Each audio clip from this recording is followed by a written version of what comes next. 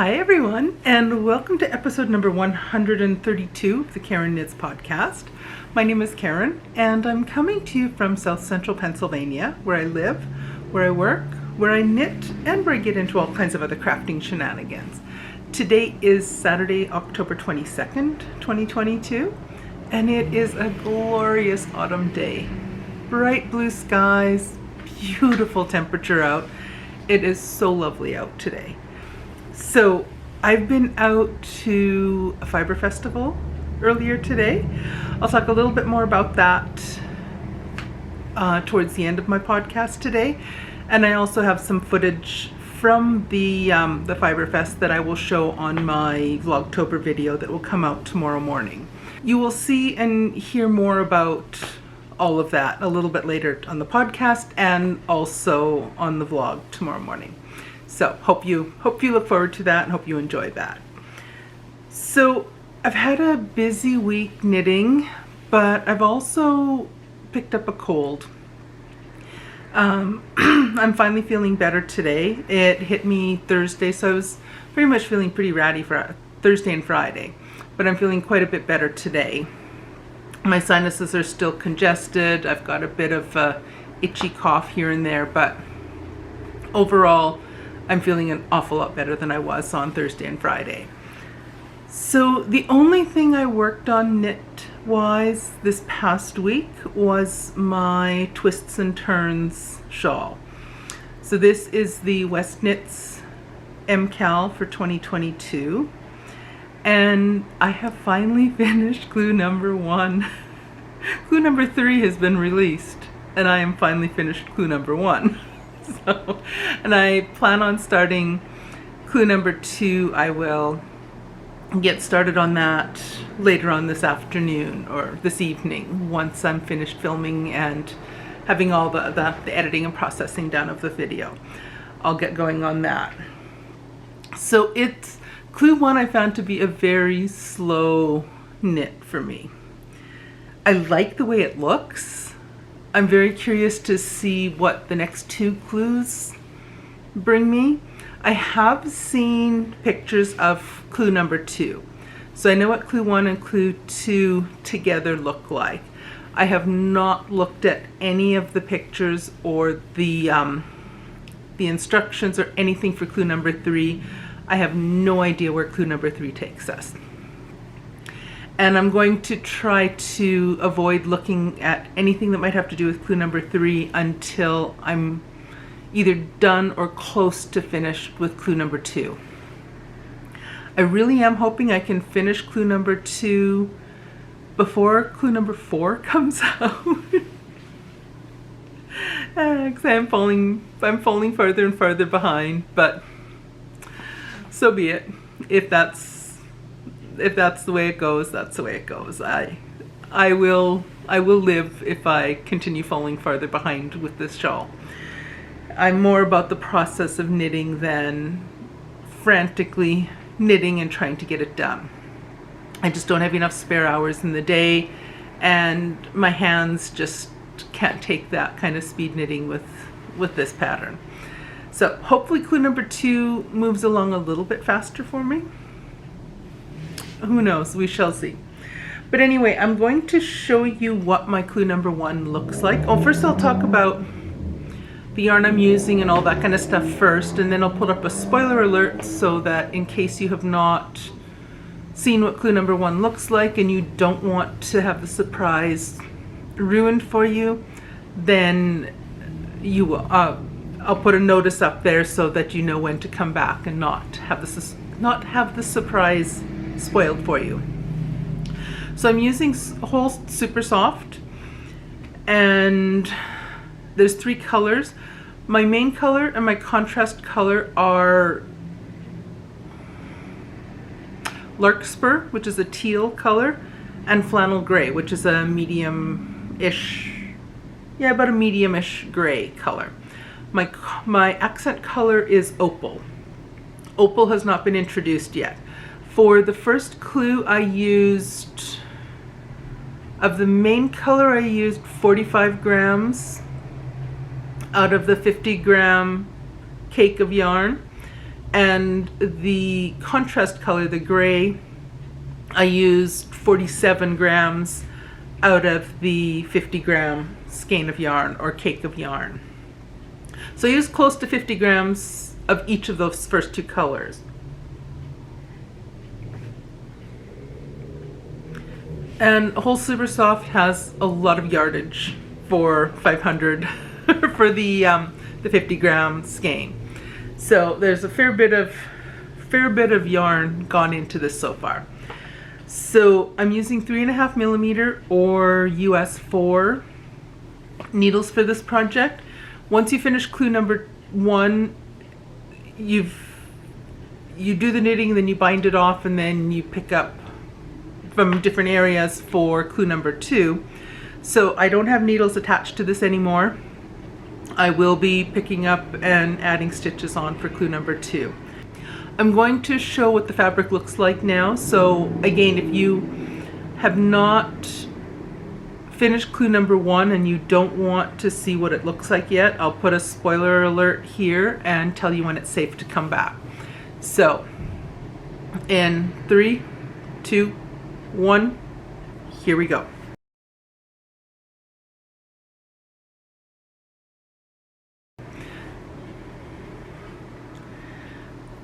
So this is what my clue number 1 looks like. I think that was upside down. So it's a nice chevron pattern with this really funky braid or series of braids along the way. So each of the parts where we had those cast on and then bind off every 4 rows, which was tedious. It looks really cool now that it's done, but having to bind off and then cast on over and over and over again really slowed me down. So here's where we are now. This is completely unblocked and kind of crumply rumply looking, but that is where my clue number 1 looks like. So the teal color is Larkspur. I keep drawing a blank on the name of that color. And the gray is flannel gray. So there we have it. Clue number 1 is done. Now when you do clue number 2, you're going to pick up along the 2 sides here and go farther out this way. And then I don't know what happens next. So if you've been looking away, it's safe to look back now. I'm not showing the fabric anymore. So that is my clue number 1 finished, finally. So I'm hoping, as I said, I'm hoping to get clue number 2 done relatively quickly. It looks like it's going to be a simpler knit.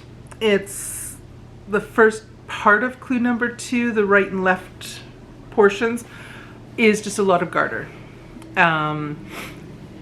And not a lot of casting on and binding off stuff every 4 rows. So it should hopefully go a little bit faster, but we shall see. So that is it for my Twists and Turns shawl.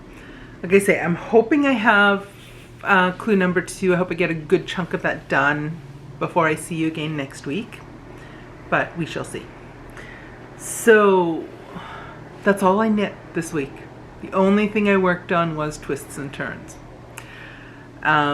Granted, I was sick for a couple days, and had work stuff to do. But earlier today, I dragged the hubby out to the Frederick Fiber Festival. So this is the Fiber Festival. It's held in Frederick, Maryland, which is about a 45-minute drive from where we live, roughly. So we went out there this morning. We stopped for breakfast at a McDonald's, fueled up the car, and we got there about between 11 and 11:30. And it was nice. It was a lot of fun. There's a lot of good stuff to look at. The hubby just had a book on his phone, or yeah, I guess it was on his phone. He was just reading. He went and got himself a cup of coffee and sat down with a book, and he was happy as a clam. And I was going all around looking at all the yarny goodness and all the other cool stuff they were selling. So as I mentioned at the beginning, I'll post on my Vlogtober entry tomorrow. If you come back tomorrow morning, you can see more footage from the Yarn Festival. But I restrained myself. I was really good. And there's some of my goodies. So I only bought two skeins of yarn. The first one, oh, that looks really bright on it. Is pretty bright. The first one is from Rising Tide Fiber Co. And this is their Talbot fingering yarn. The sock base or sock set. Hang on, let me put my glasses on so I can read my notes properly. So yeah, this is the Rising Tide Fiber Company, the Talbot fingering weight yarn. And here's the information. The name of the colorway is Tea Time Prep. And what I like about this is this stuff is going to be perfect for my sort of shorty type of socks. It is, what the set includes is a 50-gram main color and a 20-gram contrast color. So I can nicely make a pair of socks using this amount of yarn and not have a lot left over. So my plan with these, and I think this is a little bit Christmassy. The greens are Christmassy to me. But what I plan on doing is I'm going to use this to make a pair of socks. I'm going to do 2 at a time, toe up. I will wind up both or cake up both of the skeins, and I will start with the toes. Then I will switch over to the main color and go to the heel. I'll do a heel flap and gusset. I'll have to find a pattern for that. Go back and do the heel turn and the heel flap in the pink. Then go back to the main color and knit until I'm almost out of yarn. Then go back to my contrast color in order to do the cuffs. And that way I can use up as much as possible of this gorgeous yarn. And I won't be afraid that I'll get to the toe and run out if I go the opposite direction. So that's my plan with that one. I'm gonna say I will cake up both the main color and the contrast color. Do the toes, I'll knit from the center and the outside of the cake. Same with the body of the sock, I'll knit from the center and the outside of the cake. That's the center and that's the outside. So, and that way I can have them both going at the same time. They'll both be the same length, and I can knit until I run out of yarn. So I'm excited for those. I have a sneaking feeling that I will be casting these on relatively soon. I shouldn't, since I have 2 big projects on the go right now with my Empress top, my Rachel top, and my Twists and Turns shawl. But I miss having a pair of socks on the go. So I think I might need to cast on another pair of socks. The other yarn I bought, let me get the card out as well, is this. And this is a Christmas colorway. So this is from Yakagani yarn, and this is their Mon sock colorway, and This is 75-25. The other one was also 75-25 blend of superwash merino and nylon. And this one, the colorway, I have a hair on my lip, is Ho Ho Ho. So it's a nice Christmas colorway.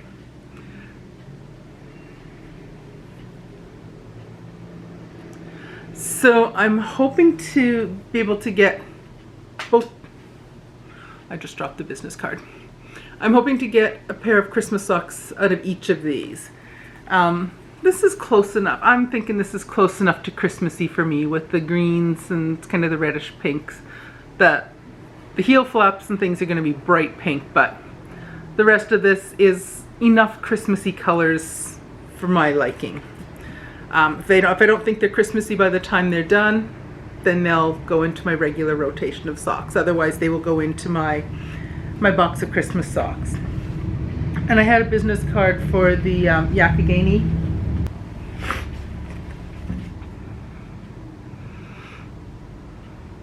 And there's your business card. So those are my new purchases. After getting all that yarn from my friend at church, I need more yarn like I need a hole in the head. But when has that stopped me before? I did show a lot of restraint. There was a lot of yarn that looked amazing. There was a lot of yarn that I would have loved to have brought home with me. But I had to show some restraint. So I opted for getting a couple skeins of Christmas sort of yarn. Well, the one skein's definitely Christmas. The other one, close enough for me. So I think this will be a little bit shorter of an episode today. So for next week, hopefully I will have clue number 2 complete. We shall see. And maybe I'll have a new pair of socks started. Maybe I'll have a couple toes to show you. We'll see. I should restrain myself, but I don't know. We'll see. We'll see. So anyway, I think that's about it.